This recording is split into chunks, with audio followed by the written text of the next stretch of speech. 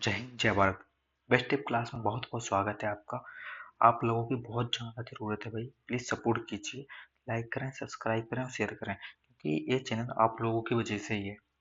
तो नो बकवास, स्टार्टिंग करते हैं 1994 का। कम समय में अधिक रिजल्ट के लिए ये चैनल बनाया हुआ है, क्योंकि मुझे पता है कि मैंने भी ये गलती बहुत की है। तो स्टार्टिंग करते हैं। पहला क्वेश्चन क्या है? पहला क्वेश्चन है इसमें प्राचीन भारत सिंधु सभ्यता से। तो इसमें भारत में भारत चांदी की उपलब्धता में प्राचीनतम प्राच्य कहाँ से मिले? हड़प्पा सभ्यता से। नेक्स्ट क्वेश्चन, और ये भी याद रखना, राजस्थान और अजमेर में भी चांदी पाया जाता है भारत में। और निम्नलिखित में से कौन सी प्रथा चतुष्ट वेदोत्तर काल से प्रचलित हुई थी? तो ब्रह्मचर्य, ग्रह गृह स्थानाश्रम, वानप्रस्थ और संन्यास। ठीक है। अब नेक्स्ट क्वेश्चन है बौद्ध जैन धर्म से। मैंने क्या बताया, दो 1993 में पूछा गया था क्वेश्चन। अब 1994 में भी पूछा गया। देखो कितना रिपीट होता है बौद्ध जैन का, ये भी देखना आप। सेपर में रट लीजिए, ये 100% होता है। तो उसमें महायान से हीनयान से वहाँ पर भी क्वेश्चन था, यहाँ पर भी है। महायान और हीनयान संप्रदायों में सर्वाधिक मौलिक अंतर क्या था? तो मौलिक अंतर क्या था उनमें? देखो, अहिंसा पर बल, ठीक मान चलो ठीक है, छोड़ो। जाति रहित समाज, इसके बारे में कि देवी देवताओं की पूजा। तो सबसे ज्यादा क्या था, देवी देवताओं की पूजा करने लगे थे। हीनायन थे कि जो महात्मा बुद्ध को महान पुरुष के रूप में मानते थे, और जो परंतु महायान लोग थे कि महान लोग उन्हें देवता के रूप में मानते थे, उनकी मूर्ति पूजा के रूप में करने लग गए थे। ठीक है। नेक्स्ट क्वेश्चन क्या है? जब तक जीवित रहो और सुख से जीवित रहो, चाहे इसके लिए ऋण लेना पड़े, क्योंकि शरीर के वशीभूत हो जाने के बाद पुनरागमन नहीं हो सकता। पुनः जन्म को निषेध करने वाली यह युक्ति किसकी थी? तो यह युक्ति किससे है कि तुम जब तक जिंदा रहो एंजॉय करो, लाइफ में कुछ भी करो, लेकिन एंजॉय नहीं रुकना चाहिए, चाहे उसके लिए ऋण लेना पड़े, लोन लेना पड़े। तो ये बात थी। तो सुख की बात हो जाए ना, तो वहां थे चारवाक। चारवाक को हमेशा याद रखना। जहाँ सुख की बात हो जाए वहां चारवाक, सुखवादी दर्शन था इनका। अनिश्वरवादी, प्रत्यक्षवादी और भौतिकवादी। ठीक है। नेक्स्ट क्वेश्चन क्या है? नेक्स्ट क्वेश्चन है अपना, संस्कृत नाटकों में समान रूप से पार विदूषक प्रहार किस वर्ण का था? तो विदूषक किस वर्ण का था? तो विदूषक था अपना ब्राह्मण को। तो विदूषक कैसे बोलते हैं? जो नाटक होते हैं ना, जैसे कविता लिखते हैं, नाटक लिखते हैं, तो उनका उपयोग कालिदास, भास आदि नाटककारों ने किया था। संस्कृत नाटकों में विदूषक का उपयोग कालिदास, भास आदि नाटककारों ने किया है। ठीक है। प्रहा ब्राह्मण वर्ण का एक एवं राजा का मित्र होता था। ठीक है। विदूषक राजा का मित्र होता था विदूषक। गांधार शैली की मूर्ति कला में बुद्ध का सारनाथ में प्रथम हुए धर्म उपदेशों से संबंधित प्रवचन मुद्रा का नाम क्या है? तो ये क्या था? धर्म चक्र। ठीक है। देखो, जहाँ गांधार शैली में मूर्ति कला में बुद्ध ने सारनाथ में प्रथम क्या क्या लगा था? प्रथम धर्मोपदेश से। तो क्या, इसको याद करना, ये की टर्म्स याद रखोगे, क्योंकि उसमें सिमिलर बहुत थे। जैसे पद्मासन है, ध्यान मुद्रा है, वरद है, अभय है, आदि मुद्राएं भी हैं। लेकिन किसके समय थी? याद रखना, मैं बोल रहा हूँ बौद्ध धर्म को रट लीजिए भाई, बहुत ज्यादा क्वेश्चन रिपीट हो रहे हैं। देखो गुप्तकाल से क्या क्वेश्चन पूछे? तोरमाण किस जाति दल का था? तोरमाण था हूण जाति का। हूण जाति का था, होता था। इसमें गुप्तकाल में भारत पर आक्रमण किया था इसने, और मध्य एशिया में निवास करने वाली जाति थी। यूची हुड़ों की प्रजाति थी, और इससे कुछ जाना जाने की जरूरत नहीं। कभी कालिदास के नाम का उल्लेख किसमें किया हुआ था? ये एलोल के उत्पीड़न में किया हुआ था। ये एलोल पुलकेशन द्वितीय का था। जो नरेश पुलकेशन द्वितीय एलोल का अभिलेख में था। ये प्रयाग प्रसिद्धि बोलते हैं ना। प्रयाग प्रसिद्धि क्या होती है? इसमें किसी की प्रशंसा की जाती है, राजा की। तो समुद्रगुप्त की बजाय बयानों का वर्णन है इसमें, और तथा इसमें अशोक का भी वर्णन है। इसको याद रखना। उसमें अशोक की रानी कारुबाकी के नाम का भी उल्लेख है। तो इन चीज़ों को हमेशा याद रखना, इनसे हर बार क्वेश्चन पूछा गया हुआ, आगे भी बताऊंगा। ये बहुत ज़्यादा इंपॉर्टेंट है। ठीक है। अब नेक्स्ट क्वेश्चन क्या है? सिवण बेलगोला में गोमतेश्वर की मूर्ति का निर्माण किसने कराया था? तो सिवण बेलगोला में मूर्ति का निर्माण कराया था चामुंडराय। चामुंडराय एक मंत्री, जो मैसूर के कर्नाटक के गंगवंशी शासक के एक मंत्री था। चामुंडराय कर्नाटक में सिवण बेलगोला नामक 10वीं सदी में, ठीक है, 10वीं सदी में बाहुबली गुप्तेश्वर की विशाल प्रतिमा का निर्माण कराया था, जो प्रथम तीर्थंकर ऋषभ देव के एक पुत्र बाहुबली गुप्तेश्वर की है। ठीक है। इससे ज्यादा और जानने की जरूरत नहीं है। नेक्स्ट क्वेश्चन आ जाओ जल्दी। नेक्स्ट क्वेश्चन क्या है? क्योंकि कम समय में ज्यादा रिजल्ट लेने के लिए वीडियो क्लास बनती है, और कोई मतलब नहीं है। आपका टारगेट बस होना चाहिए आईएएस, इसके अलावा कोई नहीं होना चाहिए। Focus your target in IAS. Next question क्या था, प्राचीन भारत का निम्नलिखित में से कौन सा महत्वपूर्ण व्यापार केंद्र उस समय के व्यापार मार्ग पर था जो कल्याण को बेगी से जोड़ता था? तो ये तारागढ़ है। इसको बता दूं, तरक क्या था कि जो कल्याणी राजधानी, चालुक्य राजधानी कल्याणी थी तथा तथा महत्वपूर्ण व्यापारिक मार्ग पर था। ठीक है। और चालुक्य की राजधानी बेगी को जोड़ने वाला मार्ग था। ठीक है। और बाकी तो बंदरगाह थे। ए बंदरगाह है, ए बंदरगाह है, ए बंदरगाह है, इसलिए इसका आंसर हो जाएगा ए सही। ठीक है। नेक्स्ट क्वेश्चन क्या है, एलोरा की गुफाओं में, एलोरा की गुफाओं में शैलकृत मंदिर, मैंने क्या बताया था 1993 में ये क्वेश्चन पूछा गया और मैं अब इसमें रिपीट हो गया 1994 में। क्या पूछा था उसमें उसमें देखो मैं बोल रहा हूँ बौद्ध धर्म यार, ये गुफाएं रट लीजिए। दो, रटने के अलावा कोई ऑप्शन नहीं है। यदि रटा नहीं होगा ना, एकदम कंठस्थ नहीं होगा ना, तो आप 101% क्वेश्चन गलत करके आओगे। जो चीज समझाने की होती है उसको समझिए। 90% 50-50 का पेपर है। 50% आपको रटना है, 50% आपको समझना है, तभी यूपीएससी क्लियर होगा, नहीं वरना नहीं होगा। मैं लिख के लीजिए, लिख के ले लो आप, ये बात मैं बोल रहा हूँ। एलोवेरा में गुफाओं, देखो मैं लास्ट में बहुत चीजें ऐसी बताऊंगा, लास्ट तक देखिए बस क्लास को, बहुत चीजें बताएंगे जो यूपीएससी क्लियर करने के लिए जरूरी है। तो इसका एलोवेरा की गुफाएं किससे संबंधित है, हमने बताई थी उसमें 1993 में, हिंदू बौद्ध जैन तीनों से हैं, तो इसका आंसर हो जाएगा डी। नेक्स्ट क्वेश्चन क्या है, दिल्ली सल्तनत से है। दिल्ली सल्तनत को रटना ही है भाई, इसके नोट्स बनाओ, छोटे शॉर्ट नोट्स बनाओ की पॉइंट्स में, और क्योंकि बहुत सारे राजा हैं, जो मोस्ट राजा हैं जिन्होंने काम किया था उन्हीं का बनाना है। तो नेक्स्ट क्वेश्चन क्या, निम्नलिखित में से किसने दिल्ली के 8 सुल्तानों का शासन देखा हुआ है? तो अमीर खुसरो ने देखा हुआ है। ठीक है, इसको याद रखना, 8 सुल्तान थे। नेक्स्ट क्वेश्चन, बहुत लंबे समय तक था इनका शासन। राज्य के खर्च पर हज की व्यवस्था करने वाला पहला भारतीय शासक था। पहला भारतीय शासक कौन था? जो हज है, रोसा तुगलक। ठीक है। नेक्स्ट क्वेश्चन, अकबर ने जिस मनसबदारी प्रणाली को लागू किया था वह किस देश में प्रचलित प्रणाली से उधार ली गई थी? तो किस प्रणाली से ली गई थी? तो ये ली गई थी मंगोलिया से। ठीक है, मंगोलिया से ली गई थी। गुप्त गुप्त काल में निम्नलिखित में से किस महिला ने ऐतिहासिक विवरण लिखे? तो गुप्त काल में किसने लिखे थे? गुलबदन बेगम ने ऐतिहासिक विवरण। ठीक है। नेक्स्ट क्वेश्चन आ जाइए। नेक्स्ट क्वेश्चन क्या है, मराठा वंश से, क्योंकि मराठा वंश का है, इसमें क्या पूछना है देखो, मानचित्र में छायांकित क्षेत्र किसका है? मराठों का ही ऑब्वियसली, इतना क्षेत्र पूरा मराठा है। शिवाजी राव की जय। आगे चलते हैं, आधुनिक मॉडर्न हिस्ट्री से क्वेश्चन क्या है, मुगल साम्राज्य का विघटन एवं यूरोपीय रूपों के बारे में। तो क्वेश्चन क्या है इसके बारे में, देखो 1897 की क्रांति, ये सब कुछ याद करने, दो यूरोप में तो रटने हैं भाई, सारी संधि पढ़ने, आर्य संधि, हैदराबाद संधि, सब संधि पढ़ने हैं उनकी, सब युद्ध पढ़ना है, क्योंकि बहुत जानना जरूरी है, इसे हर बार क्वेश्चन पूछते हैं एक ना एक, कहीं ना कहीं। अठा तो सहायक संधि को स्वीकार करने वाला पहला भारतीय शासक था। सहायक संधि को सबसे पहले कौन सा था? हैदराबाद का निजाम, याद रखना इस चीज को। ठीक है। महाराज रणजीत सिंह ने के राज्य की राजधानी क्या थी? लाहौर, ये तो जानते होंगे आप लोग। भारत के व्यापार व्यापार करने के लिए सर्वप्रथम संयुक्त पूंजी कंपनी ने किन लोगों ने आरंभ की थी? भारत के साथ व्यापार करने के लिए सर्वप्रथम संयुक्त पूंजी कंपनी किन लोगों ने आरंभ की थी? तो एक करी थी डच लोगों ने। ठीक है, डच सबसे पहले ही आए थे, उन्होंने सपोर्ट किया था। ठीक है। 1857 का विद्रोह तब स्टार्टिंग में सपोर्ट किया, पर उन्होंने बहुत वसूल किया। 1857 के विद्रोह के बारे में है। तो संबलपुर के अनेक ब्रिटिश विरोधी विद्रोहों का नेता निम्नलिखित में से कौन था? तो भाई इसमें था सुरेंद्र शाही। इसको बहुत कम लोग जानते हैं सुरेंद्र शाही को। ठीक है, इसको बहुत जल्दी से अच्छे से याद करना भाई। ठीक है।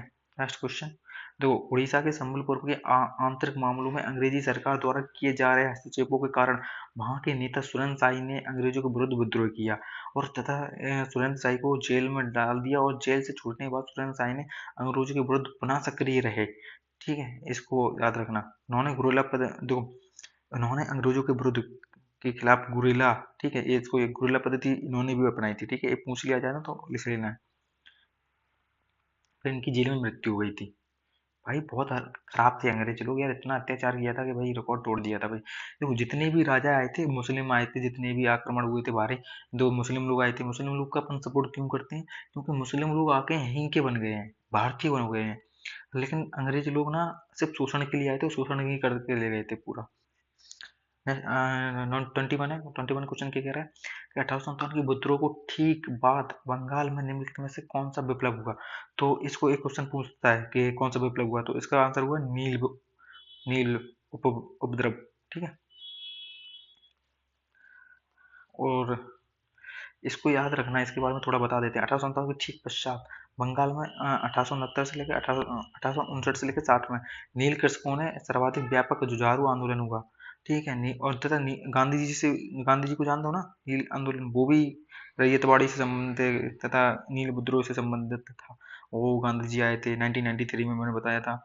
भाई कहीं ना कहीं इंटरलिंक है भाई, सब चीज इंटरलिंक है। इसको आप बारे में आप बताए हुए, तो अभी रिपीट क्वेश्चन होंगे ना, इसलिए मैं इनका एक्सप्लेनेशन आगे जाके हो जाएगा ऑटोमेटिक। इसलिए जो क्वेश्चन का एक्सप्लेनेशन मुझे करना पड़ेगा, मैं लगता है कि नहीं हो पाएगा आगे, उसका मैं यहाँ कर दिया करूंगा, लेकिन हर चीज बताएंगे हम तुमको। तो प्रमुख संस्थाएं संधि के बारे में क्वेश्चन 1793 में बंगाल की रेगुलेशन का विशेष लक्षण क्या था। जो सबसे विशिष्ट लक्षण क्या था, उनका लक्षण था कि हिंदुओं और मुसलमानों को स्वीकृत विधियों को भी स्थान दिया जाए। ठीक है, ये था उनका।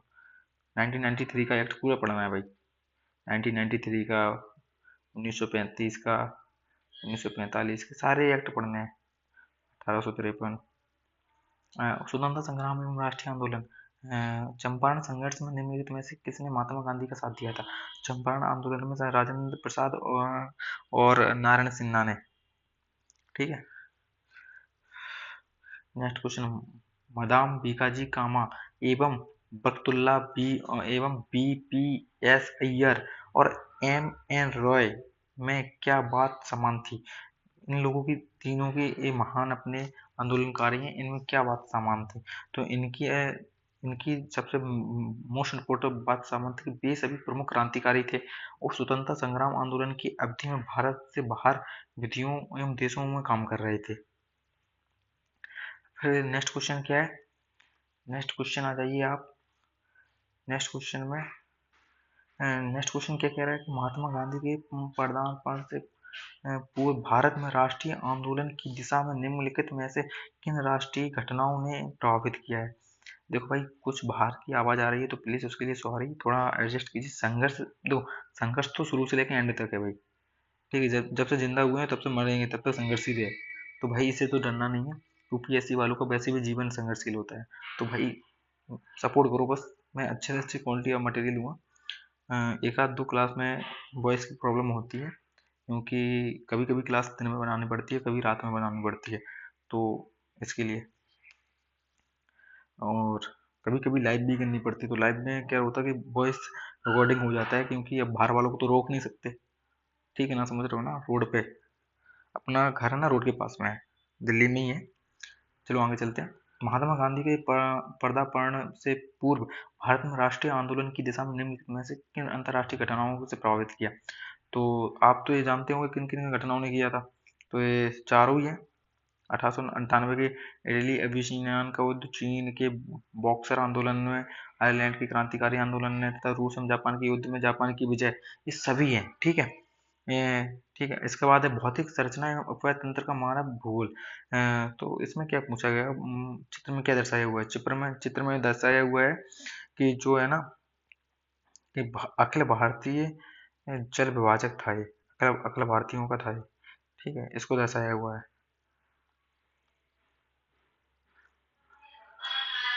और नेक्स्ट क्वेश्चन है अपना। नेक्स्ट क्वेश्चन क्या कह रहा है, नेक्स्ट क्वेश्चन कहता है कि चंबल घाटी के चंबल घाटी के खो खंडरों के निर्माण का कारण निम्नलिखित में से किस प्रारूप का अपर्दन है। तो यह है ना, अपनालिका का। ठीक है, ये ज्योग्राफी से संबंधित है। ठीक है, फिर आ जाइए जियोग्राफी से, भारतीय इतिहास में भूगोल में रत्नाकर नामक सूचक सूचक कौन सा था। अरब सागर का, बंगाल की खाड़ी का, हिंद महासागर का, कि प्रयाग में गंगा यमुना और पौराणिक नदी सरस्वती के संगम का। तो इसमें से आंसर हो जाएगा हिंद महासागर का। ठीक है,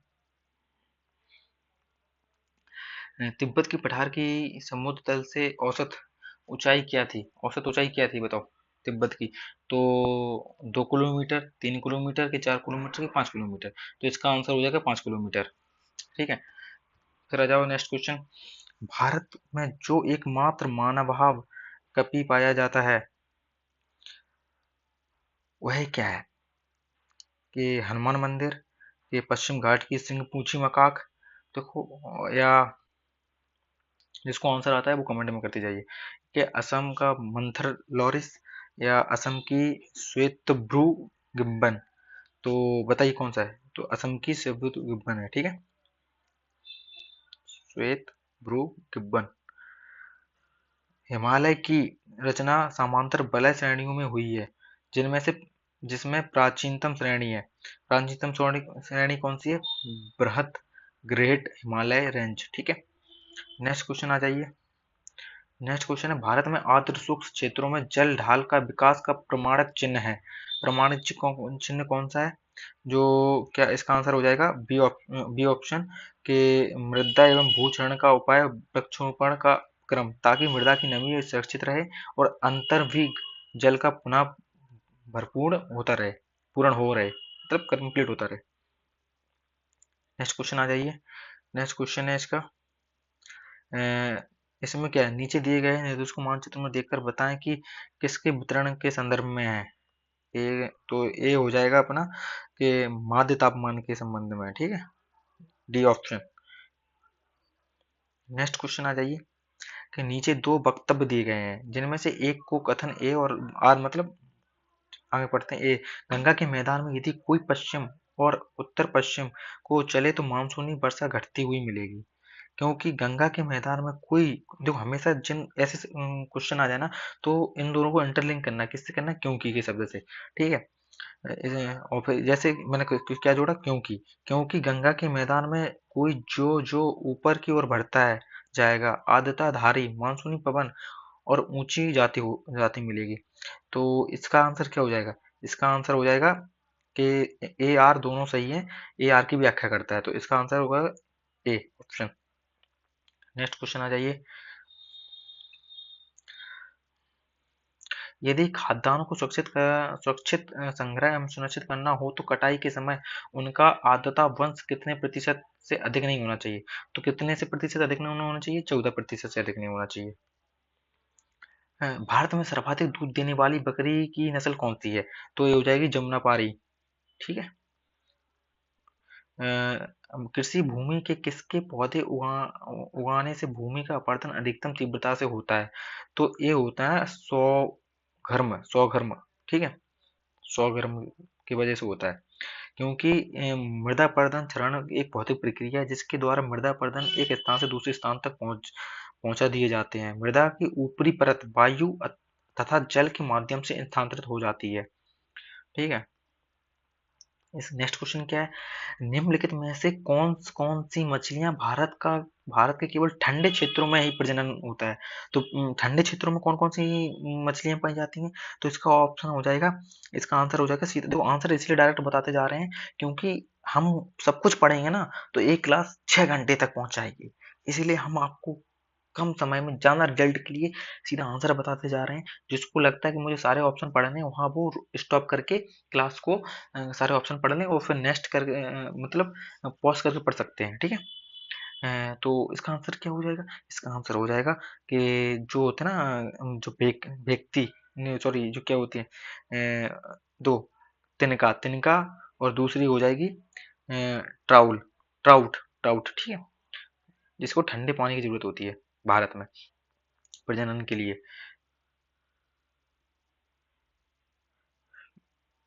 भारत निम्नलिखित में से कौन सा मृदा प्रारूप लोहे का अतिरेक होने के कारण अनुवर्ब होता जा रहा है?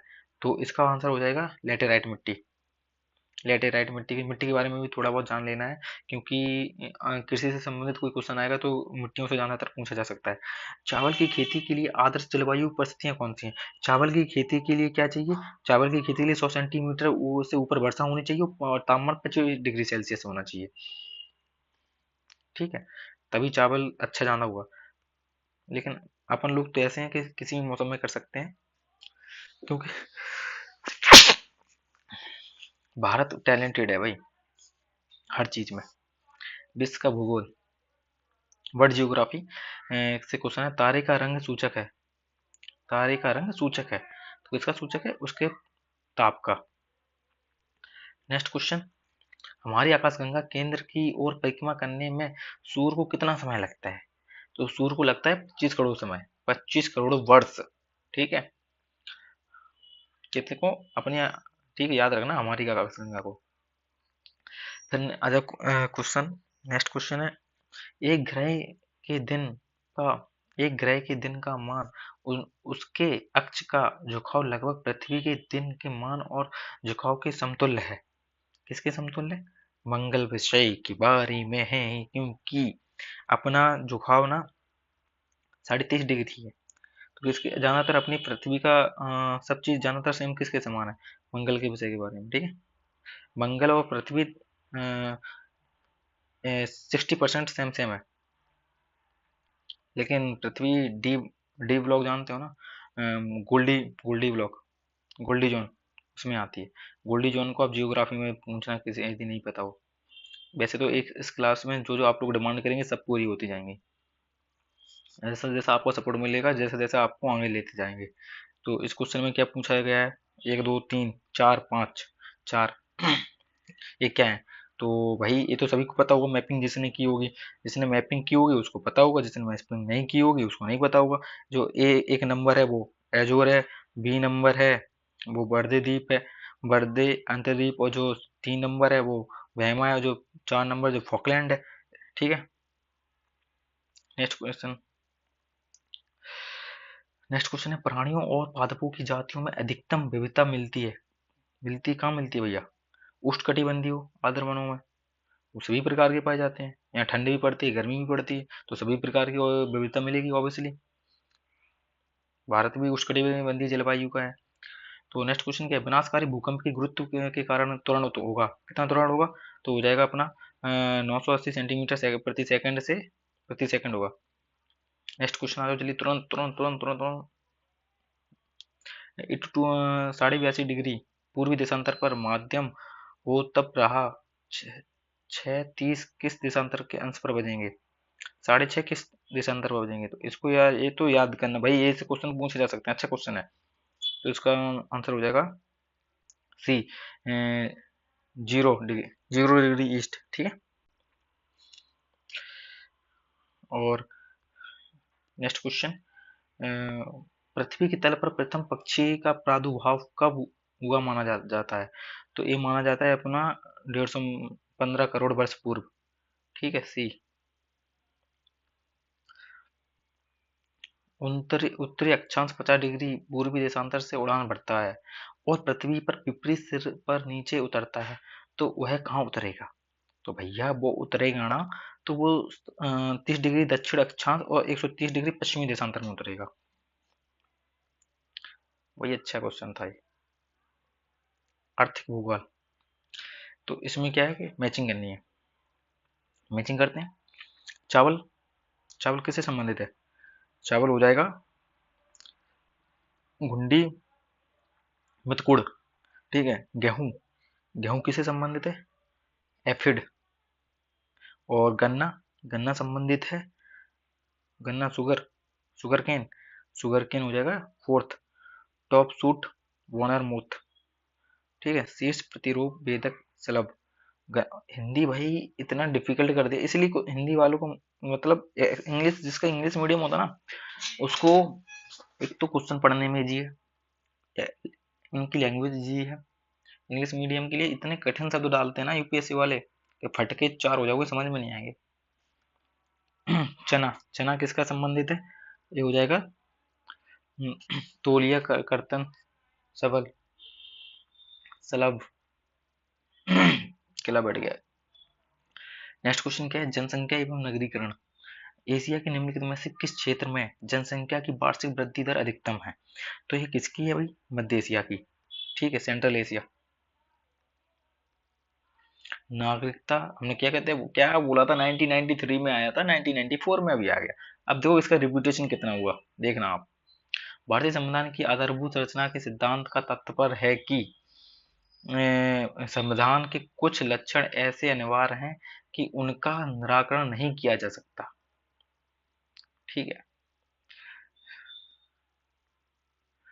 केशवानंद भारती बनाम भारतीय सिंह का प्रयोग किया जाता था सर्वोच्च न्यायालय में, और इसमें कहा गया था कि यद्यपि 368 जो परिवर्तन होता है ना, कोई संविधान संशोधन 368 के तहत होता है, संसद में संविधान संशोधन की शक्ति की विस्तृत जानकारी मिलती है 368 है, किंतु असीमित नहीं है। संविधान के कुछ ऐसे अनिवार्य लक्षण हैं जिन्हें निराकृत व आधारभूत ढांचे को नष्ट नहीं कर सकता।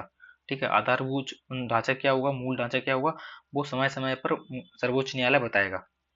इसकी कोई एकदम डेफिनेशन नहीं है। एक कौन सा क्वेश्चन अभी, हाँ ये छोड़ दिया था। भारत में समाचार एवं पत्रों का स्वतंत्रता, तो ये आ जाएगा, किस में आ जाएगा, इसमें आ जाएगा आर्टिकल 19 एक ए में है। ठीक है, अभिव्यक्ति की स्वतंत्रता, उसी में समाचार पत्र की आ जाएगी। ठीक है,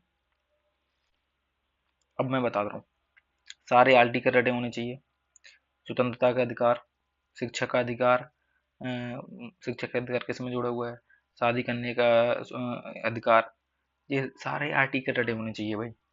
निजता का अधिकार 21, शादी का अधिकार 21, मतलब हर चीज रटा होना चाहिए। संघ एवं राज्य की कार्यपालिका एवं आपात संबंध, आपात संबंध किससे हैं, निम्नलिखित में से किसकी नियुक्ति भारत के राष्ट्रपति द्वारा ली जाती थी। तो भाई आपको तो इसका आंसर सभी को पता होना चाहिए वैसे तो। इसकी नियुक्ति किस किस से ली जाती है, देखो वित्त आयोग का अध्यक्ष भी लेता है, बिल्कुल सही है। योजना आयोग का अध्यक्ष उपाध्यक्ष नहीं लेता है। संघ एवं राज्य क्षेत्र का मुख्यमंत्री लेता है। इसके लिए 1 और 3, तो इसका आंसर हो जाएगा सी 1 और 3। देखो इसमें एक और अनुच्छेद 280 में एक वित्त आयोग की स्थापना का प्रावधान है। संविधान के अनुसार वित्त आयोग के अध्यक्ष एवं 4 सदस्य की नियुक्ति होती है। ठीक है, किसके अंदर, भारतीय संविधान वित्त आयोग का एक अध्यक्ष और 4 सदस्यों की नियुक्ति होती है। भारत के राष्ट्रपति द्वारा 5 वर्ष के लिए की जाती है। ठीक है, 5 वर्ष के लिए की जाती है। और वित्त आयोग का केंद्रीय राजस्व, केंद्रीय सहायता का अनुदान राज्यों के हिस्से के निर्धारण को करना होता है। वित्त आयोग का अध्यक्ष तथा सदस्यों की भांति ऐसे संघ राज्य क्षेत्र जहां पर विधानसभा का अस्तित्व है, वे मुख्यमंत्रियों की भी नियुक्ति राष्ट्रपति द्वारा की जाती है। जैसे मैंने ये बताया था। ठीक है, संघ राज्य क्षेत्र के मुख्यमंत्रियों की भी नियुक्ति कौन करता है, राष्ट्रपति करता है। दिल्ली तथा पांडुचेरी ऐसे केंद्र शासित क्षेत्र हैं जहां विधानसभा का गठन है, और इन क्षेत्रों में इन दोनों संघ राज्यों के मुख्यमंत्री की नियुक्ति राष्ट्रपति द्वारा ही की जाती है। प्रधानमंत्री योजना आयोग का पदाध्यक्ष हो जाता है। तो जो प्रधान नीति आयोग, योजना आयोग का नाम बदल दिया है नीति आयोग। नीति आयोग का अध्यक्ष कौन होता है, प्रधानमंत्री, तथा योजना के आयोग के उपाध्यक्ष की नियुक्ति प्रधानमंत्री द्वारा ही की जाती है, राष्ट्रपति द्वारा नहीं की जाती है। ठीक, इसलिए बी ऑप्शन नहीं था। नेक्स्ट क्वेश्चन क्या है, दो वक्तव्य दिए जिनमें से एक का मतलब क्वेश्चन पढ़ते हैं सीधा। भारत में केंद्रीय लोकसभा और राज्यसभा की विधान सभाओं के निर्वाचन में सदस्यों के बहुमत पाने वाले राजनीतिक दल ही सरकार बनाते रहे, ना कि मतों का बहुमत पाने वाले। क्योंकि क्योंकि बहुमत प्रणाली पर आधारित निर्वाचनों में प्राप्त मतों की अपेक्षित बहुलता के आधार पर ही परिणाम का निर्णय होता है। तो इसमें सबसे आंसर सही हो जाएगा कि देखो ए तो सही है, लेकिन आर उसकी सही परिभाषा नहीं दे पा रहा है, इसलिए बी ऑप्शन हो जाएगा। जैसे इसका देखो आंसर बताते हैं, भारत की लोकसभा संसद का निम्न सदन होती है। ठीक है, राज्यसभा होती है उच्च सदन होती है। तो राज्यसभा विधानसभाओं के चुनाव में निर्धारित कुल सीटों में से सदस्यों को आधे से अधिक बहुमत प्राप्त करने वाले राजनीतिक दल या गठन, जो सरकार होती है जिसकी, वो लोग बनाते हैं। चुनाव में पड़े कुल मतों का बहुमत प्राप्त करने वाले राजनीतिक दल बिना बिना सीटों के बहुमत प्राप्त किए सरकार बनाने का अधिकार नहीं मिलता है। बहुमत प्रणाली पर आधारित चुनाव में सर्वाधिक मत प्राप्त करने वाले प्रत्याशी ही विजयी होते हैं। ठीक है, इस वजह से अपने यहाँ प्रत्यक्ष जिसका निर्वाचन होता है ना, उससे ही सरकार बनती है, इसको याद रखना। ये तो सभी को पता होगा वैसे भी। निम्नलिखित में से कौन सा कथन सही है, तो निम्नलिखित में से देखो क्या है, राज्यसभा के सभी सदस्यों का निर्वाचन राज्यों की विधानसभा कराती है, विधानसभाएं कराती हैं। कि उपराष्ट्रपति राज्यसभा के पदेन सभापति हैं, अथवा राज्यसभा का कोई सदस्य ही उपराष्ट्रपति के पद के लिए चुनाव लड़ सकता है।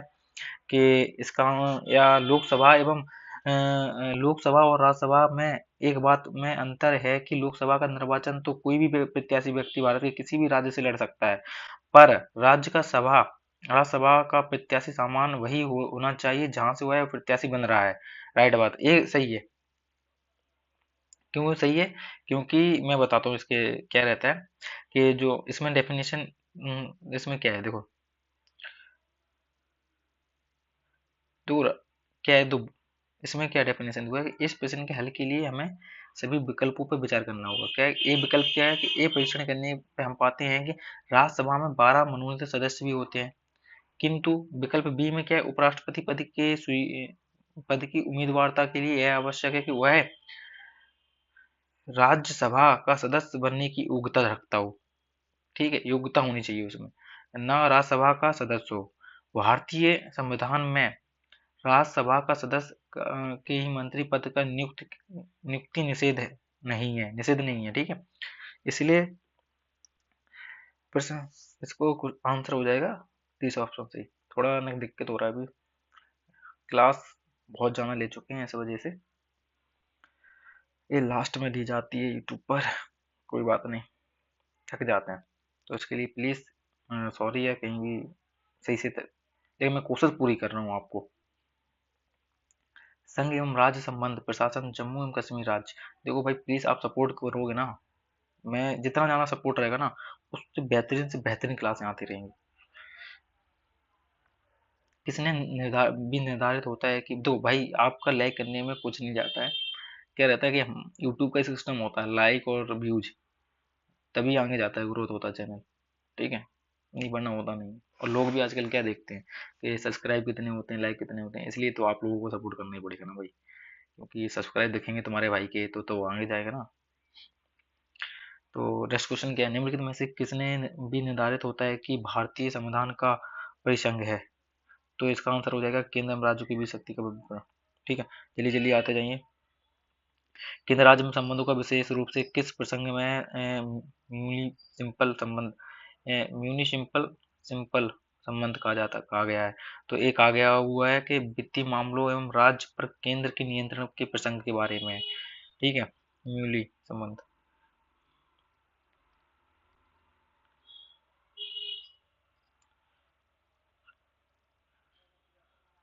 ये पीडीएफ भी आप लोगों को उपलब्ध करा देंगे। न्याय व्यवस्था में संघ एवं राज्य, उच्चतम न्यायालय की परामर्शी अधिकता के लिए विषय में निम्नलिखित में से कौन कौन से कथन सही है? तो इसके बारे में कौन सा कथन सही होना चाहिए? तो इसका आंसर होना चाहिए, देखो मैं बताऊं, पहला आंसर होना चाहिए कि परामर्शी अधिकारिता की शक्ति के अधिक अधीन प्राप्त किसी निर्देश पर उच्चतम न्यायालय की पूर्ण पीठ सुनवाई करती है।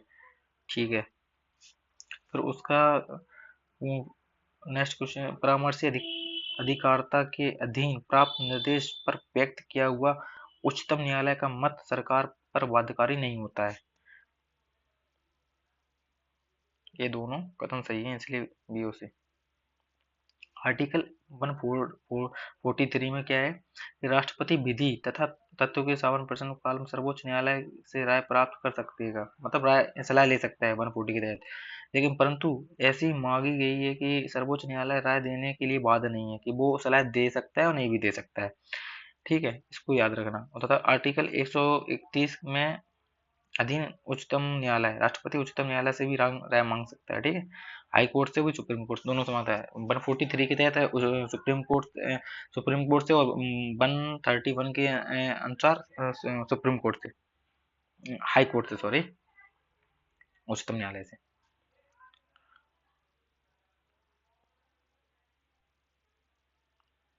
सर्वोच्च न्यायालय वो तो सुप्रीम कोर्ट और उच्चतम न्यायालय। नेक्स्ट क्वेश्चन क्या है, भारत के विधि निर्वाचनों के लिए निम्नलिखित में से कौन कौन सी निर्वाचन प्रणालियां स्वीकृत की गई हैं? तो कौन कौन सी प्रणाली स्वीकृत की गई हैं? तो इसका आंसर हो जाएगा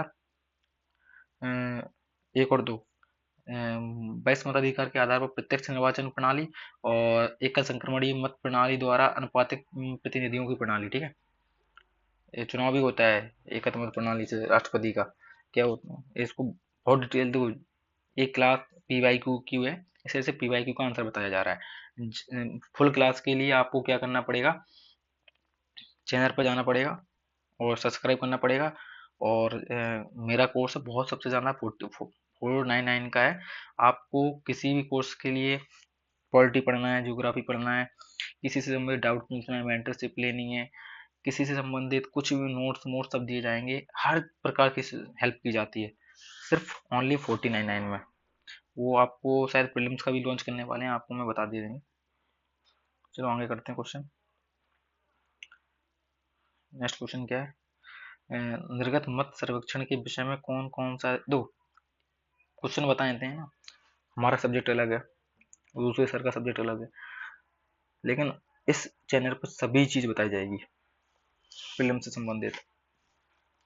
निर्गत मत सर्वेक्षण के विषय में कौन कौन सा सही है, तो 63 में कौन कौन सा सही है। तो निर्गत मत सर्वेक्षण अभिव्यक्ति का प्रयोग मतदाताओं के उस निर्वाचनोत्तर सर्वेक्षण को व्यक्त करता है जिसमें यह पता चले कि मतदाताओं ने अपने मताधिकार का प्रयोग किस प्रत्याशी के पक्ष में किया है। इसलिए इसका आंसर हो जाएगा ए सही।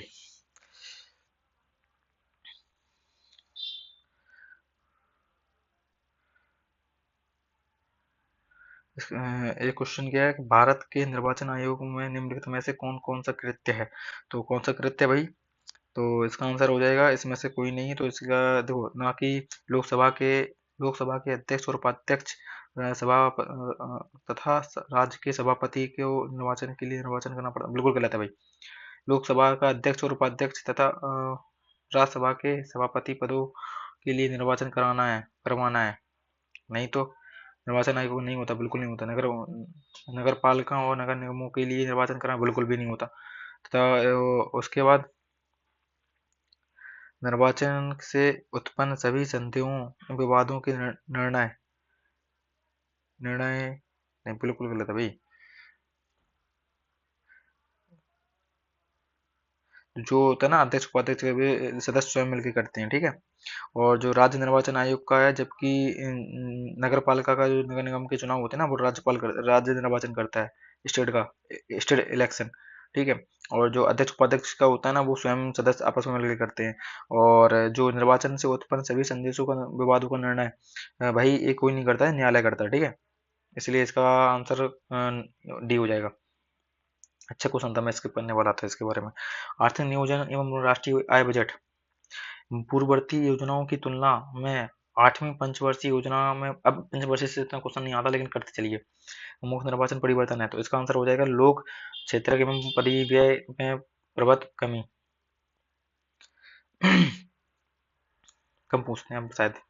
यद्यपि 1991 में बाजार अर्थव्यवस्था में स्वीकृत कर ली गई है और फिर भी राष्ट्रीय आर्थिक योजना अभी चालू है, इसका मुख्य कारण क्या था। मुख्य कारण इसका था कि पंचवर्षीय योजनाओं में बाजार समर्थन रीति से अर्थव्यवस्थाओं की दीर्घावधि परिप्रेक्ष्य प्रदान करती रह सकती है। भाई जल्दी जल्दी करवाना है क्योंकि बहुत टाइम हो गया है। अब मैं सीधा जल्दी जल्दी और स्पीड बढ़ाऊंगा, करते जाना। और जिसको बहुत डिटेल से सब सिलेबस कंप्लीट करना है, कोर्स कंप्लीट करना है, प्रीलिम्स अच्छे से करना है, तो मैं आपको बता रहा हूँ जल्दी व्हाट्सएप में आपको जल्दी नंबर दे दिया जाऊँगा। आप एक काम करना, चैनल पर जाना और चैनल पे मैं थोड़े दिन नंबर दिया जाएगा, उस नंबर पे क्लिक करना, व्हाट्सएप पे जाना और अपना पेमेंट करना। और आपको मेंटरशिप से बात करने की बात कर सकते हो, कोई भी डाउट पूछ सकते हो, कैसा भी क्वेश्चन आए माइंड में वो पूछ सकते हो, ठीक है। 67 क्वेश्चन है, संघीय बजट में राजकोषीय घाटे का अर्थ क्या है।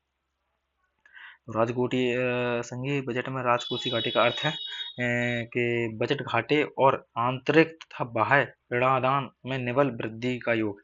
देखें, डेफिसिट, ठीक है, डेफिसिट होता है घाटा। ये तो अब एक क्वेश्चन बहुत बड़े हो जाएंगे, अभी हम समझाने लग गए ना इकोनॉमी, तो 3-4 घंटे की तो एक क्लास हो जाएगी किसी भी पेपर से संबंधित, ठीक है। इसलिए मैं इसमें आंसर बता देता, जो मैं क्या बोल रहा हूँ, जो मैंने टिक लगा दिया। इकोनॉमी क्या पढ़ना है, इकोनॉमी में ये पढ़ना है, बजट बजट पढ़ना है। बजट क्या, बजट बहुत, यदि आप बजट कहाँ से पढ़ना है, पहले उसकी रिपोर्ट देखना है, गवर्नमेंट जो इशू करता है उसके सारे शब्दों को आना चाहिए, सारे शब्दों की डेफिनेशन आनी चाहिए, ठीक है। चालू घाटा, वित्तीय घाटा कैसे होता है, जीएसटी क्या होती है, सब आना चाहिए। भारत को कितना लाभ, जो वित्तीय संपत्ति, एसेट, सब की नॉलेज होनी चाहिए भाई। ये क्वेश्चन इसके पढ़ सकते हैं। डंकल प्रस्ताव के विषय में निम्नलिखित में से कौन सा कथन सही है? तो इसका आंसर हो जाएगा एक और दो। भारत में सरकार के लिए उसके सभी प्रभाव प्रस्तावों को सभी क्षेत्रों के लिए स्वीकार करना है तथा किसी के क्षेत्र में मुख्य प्रस्ताव है कि किसी संबंधी उपधानों की समाप्ति। गला बैठ गया भाई। चलो आगे करते हैं। आर्थर डंकेल 20 सितंबर और 1991 में 108 जातियों को, देखो भाई गला बैठ गया। देखते हैं और जल्दी जल्दी खत्म करते हैं क्लास, क्योंकि मैंने बोला है कि तो करके रहेंगे कैसे भी करके। मैंने एक बार कमेंटमेंट कर दी तो कर दी, इसलिए राठौर बजते हैं भाई। क्वेश्चन क्या है? मैचिंग करनी है, ठीक है। तो इसमें कौन कौन सा सही है, जल्दी जल्दी बताओ। इसका आंसर हो जाएगा 1 और 3, ठीक है। पढ़ लो जल्दी जल्दी। प्रथम सूती मिल की स्थापना कब हुई थी? 1894, 1854, ठीक है। और जो प्रथम जो वो है ना, प्रथम सीमेंट फैक्ट्री की स्थापना कब हुई थी? 94 में, ठीक है, मद्रास। इसलिए 1 और 3 आ जाओ। हेक्टर सकल कृषि में क्षेत्र में मवेशियों की संख्या का घनत्व, 100 हेक्टेयर सकल कृषि क्षेत्र में मवेशियों की संख्या का घनत्व सबसे अधिक है। कहाँ पर है भैया सबसे अधिक? हरियाणा में ही होगा भाई। हरियाणा भाई, हरियाणा पंजाब अलग ही है दूध मूध के मामले में। तो इसको पढ़ सकते हैं भाई। निम्नलिखित में से राष्ट्रीय नवीकरण निधि की स्थापना की गई है, किसके लिए की गई है भैया? बता बता बता जल्दी बता। इसके लिए की गई है 1 और 2। लघु उद्योग में पुनः संरचना के लिए की गई थी और औद्योगिक पुनः संरचना के प्रक्रम में छंटनी के फलस्वरूप विस्थापित होने वाले कामगारों की सहायता के लिए, ठीक है। नेक्स्ट क्वेश्चन क्या है? नेक्स्ट क्वेश्चन है इसमें वित्तीय संबंध। वित्तीय संबंध में क्या है कि रुपए में परिवर्तन का तात्पर्य, क्या है? रुपए को अन्य प्रमुख मुद्राओं एवं अन्य प्रमुख मुद्राओं के रूप में मुक्त रूप से परिवर्तित करने देने की अनुमति, ठीक है भाई। अभी तुमने बिटकॉइन सुना है ना, उसी जैसे समझ लो आप। अब मैं अब डिटेल करना चला जाऊंगा, बहुत लंबी क्लास हो जाएगी। इसके मोस्ट सारे सारे मोस्ट मोस्ट क्वेश्चन तो पढ़ाने हैं भाई। जो बात कर दी तो कर दी भाई। मुद्रा के उन्मूलन का अर्थ क्या है? मुद्रा के उन्मूलन का अर्थ है भाई अंतर्राष्ट्रीय व्यापार के प्रयुक्त प्रमुख मुद्राओं की तुलना में मुद्रा का विशेष का मूल्य घट जाना। और इसके बाद आ जाइए नेक्स्ट क्वेश्चन। नेक्स्ट क्वेश्चन है इसका, नेक्स्ट क्वेश्चन इकोनॉमी से अच्छी खासी पूछ गई है भाई इसमें। अंतर्राष्ट्रीय मुद्रा कोष का प्रमुख कार्य क्या है? प्रमुख कार्य अपना के सदस्यों की भुगतान संतुलन संबंधी समस्याओं का समाधान करने में सहायता करना, ठीक है। अब आ जाओ सीसेट आ गया भाई। सीसेट आ गया, ठीक है। साइंस टेक आ गया। सीसेट पहले ऐसे आता था मिक्सअप में 1994 में, तो सीसेट चालू हो गया। चलो मैंने अपना टारगेट पूरा कर दिया भाई, अब सीसेट चालू हो गया। थैंक यू क्लास को देखने के लिए। और आपको बता दीजिए मैंने क्या बोला था लास्ट में, ऐसी चीजें बताएंगे जिससे आपको पेपर करने में और ज़्यादा आसानी होगी। तो मैं आपको क्या बता रहा था, दो यूपीएससी निकालना है ना, उसके लिए सबसे पहले बता दूं 50-50 का सिस्टम होता है। 50-50, 50% आपको क्या करना है, 50% आपको याद करना है। देखो माइंड में कुछ चीज याद होगी ना, जैसे मैंने आपसे पूछा कि अपवाय तंत्र क्या होता है, अपवाय सिद्धांत क्या होता है, तो आपको क्या करना है, ये शब्द याद कर लिया तुमने। अब समझना क्या है इसके बारे में कि ये इसकी परिभाषा है कि अपवाय तंत्र होता है। मैं पूछूं कि भारत भारत में जो अपनी जनसंख्या वृद्धि के क्या कारण है, तो भाई जो इस चीज को समझना है कि जनसंख्या से स्वास्थ्य सेवाएं मिल रही हैं, इस वजह से जनसंख्या बढ़ रही है, कुपोषण बीमारियां कम फैल रही हैं, महामारी कम है, आपातकाल कम, मतलब अकाल कम पड़ रहा है। तो इस ऐसे चीजें हैं। जो जहाँ चीज समझने की होती है ना वहाँ समझो। अब फैक्चुअल है साहित्य, तो मैं साहित्य के बारे में बता देता हूँ। हिस्ट्री में साहित्य जितने भी हैं कि कौटिल्य ने कौन सा शास्त्र लिखा था, अर्थशास्त्र लिखा था, विशाखदत्त ने कौन सा लिखा था, ये सारे साहित्य ना आपको रट लेना है, इनको याद ही करना पड़ेगा। ये समझने की चीज़ नहीं होती। कोई सन आजकल से नहीं पूछता है तो उसको स्किप कर सकते हो कि कौन सा सन में कौन से राजा ने क्या किया है। और सी सेट के लिए मैं जल्दी क्लास चालू करने वाला हूँ, उसके लिए आपको कोर्स परचेज करना पड़ेगा। वो मैं आपको लिंक दे दूंगा। जो तो क्या है कि मैं ज़्यादातर ऑफलाइन चलती है, यूट्यूब चैनल अभी स्टार्ट किया है, तो प्लीज़ आप लोगों का सपोर्ट चाहिए। लास्ट तक देखने के लिए thank you so much. Please support me, best class को सपोर्ट करें भाई। Thank you. Okay bye.